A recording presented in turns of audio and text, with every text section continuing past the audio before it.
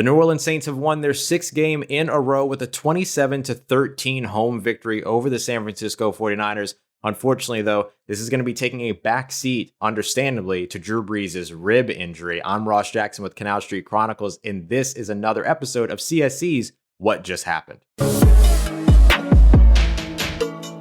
On a day where we could be celebrating the fact that the Saints are 7-2 with the number 2 seed in the NFC, actually tied with the number 1 seed Green Bay Packers, we unfortunately have to really take a look at the fact that Drew Brees' injury may lead to extended time out, and that's going to be the newsreel that's going to dominate for the next week, potentially several weeks moving forward as well, depending upon what Drew Brees' MRI shows the severity of his injuries are. In this game, the Saints started off about as rough as you could get. They gave up a 13-play touchdown drive that took up 7 minutes and 17 seconds, possessed the ball in the first quarter for only 1 minute, 21 seconds on a 3-and-out. Drew Brees just not looking very comfortable early on. Remember, he's been dealing with a right shoulder injury over the last 2 weeks. And then in the second quarter, he ended up being sacked due to interior pressure by Kentavious Street, defensive lineman for the San Francisco 49ers, who came down hard on Brees' right side, the shoulder, the ribs,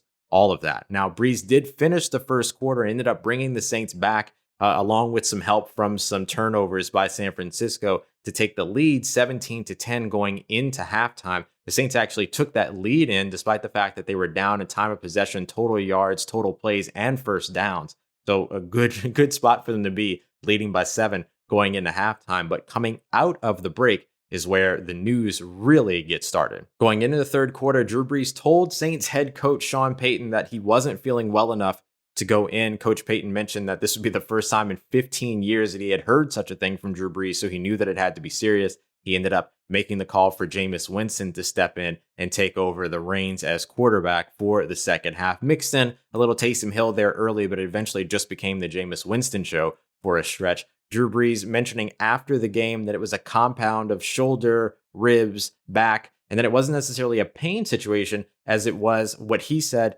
his body just simply couldn't do it, which sounds pretty concerning. So we'll see what that ends up meaning for the future Hall of Famer over the next few weeks. And of course, whatever it means for him means we have to talk about what it means for the team as well. We've spent a lot of time over the last, I'll say, few months talking about whether or not Jameis Winston or Taysom Hill would be the future without Drew Brees starting next year. Now we have to talk about whether or not they'll be the now starting without Drew Brees, potentially for next week's game against the Atlanta Falcons and potentially for a certain portion of the season, potentially multiple games. So we'll see what the MRI has to say. Nothing so far at the time of recording this says that he's going to be out for any designated timeline. We have to wait and see what the severity of the injuries are based on the test and the MRI. As for Jameis Winston, he started off pretty hot, 6 of 6, making some smart passes, dump offs close to the line of scrimmage in the flats, put a beautiful touch pass down the field on a wheel route to Alvin Kamara, who scored 3 touchdowns in this contest. But then the interior pressure got to him on 2 plays in a row on a first and second down, 2 sacks there. But you did see a little bit of improvement from Jameis Winston, a bit of positivity on what would otherwise be 2 straight negative plays. The fact that he didn't try to force a throw out of those sacks, something that he might have done, or that we've seen him do rather, when he was with Tampa Bay. So you saw him make the right decisions to try to fight and, take the sack and live to fight another down there. And he actually ended up getting 4 extra downs after that, overthrowing Michael Thomas on a pair of those near the end zone, let me say. But all told, when it came to what you saw from Jameis Winston, it's kind of futile to really try to develop an evaluation on the quarterback in this game. Because remember, last year, this same instance happened to where Drew Brees got injured in the second week of the season. Teddy Bridgewater, who had been with the team for the year before that, came in and struggled against the Rams, who, of course, were a much better defense, of course, than San Francisco's defense this year. But nonetheless, not a part of the game plan install, not a part of having a game plan built for him.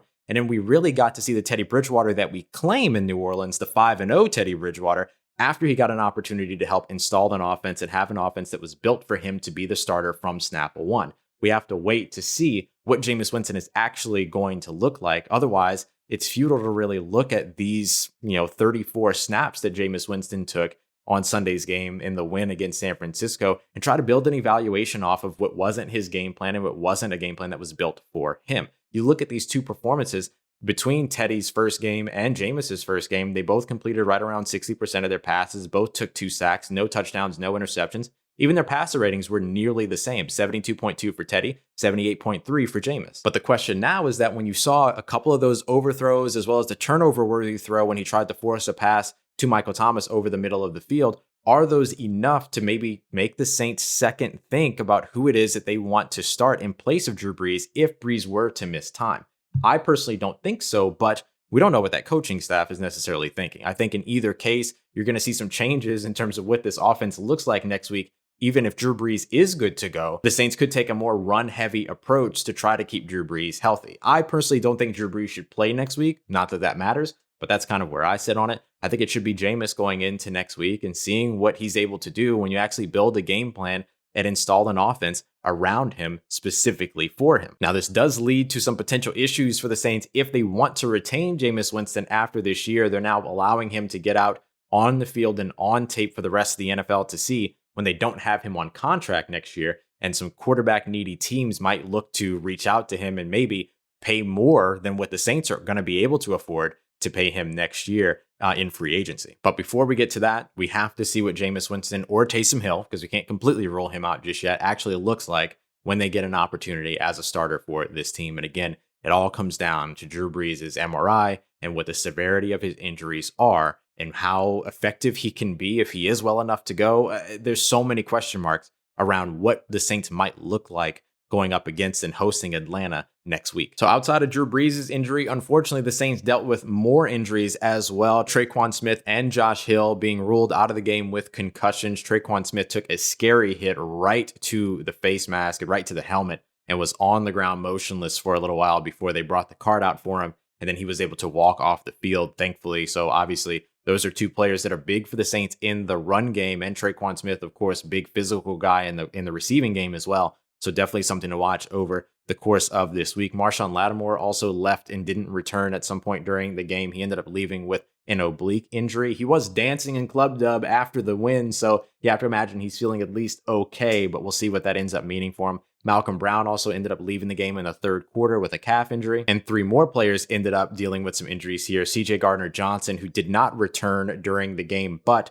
did say after the game, which was with an apparent left arm injury, that he was feeling fine and that it was okay and nothing to worry about. So we'll see what that actually translates to on the injury report. Andrus Peat and Teron Armstead also both dealt with injuries. Andrus Peat kind of went in and out, but ended up finishing the game on the field for the Saints, and Teron Armstead surprisingly didn't miss a single snap. Now, in terms of some top performances in this game, Drew Brees, while he was in, he actually threw a touchdown in his 16th straight game, which is the second longest active streak right now in the NFL. Alvin Kamara only had 98 total yards, but he scored 3 touchdowns, 2 rushing, 1 receiving, and they were actually the only touchdowns that the Saints scored. The Saints defense stepped up big time. They allowed those 10 points early on in the game. At 14 minutes and 56 seconds, they kicked the field goal, San Francisco did, to give them that 10th point, and then the Saints didn't allow another field goal until late in the fourth quarter. Saints defense really, really played well here, led by guys like Demario Davis, who led the team with 12 total tackles, 3 tackles for a loss, a sack, a pass defense, and a quarterback hit.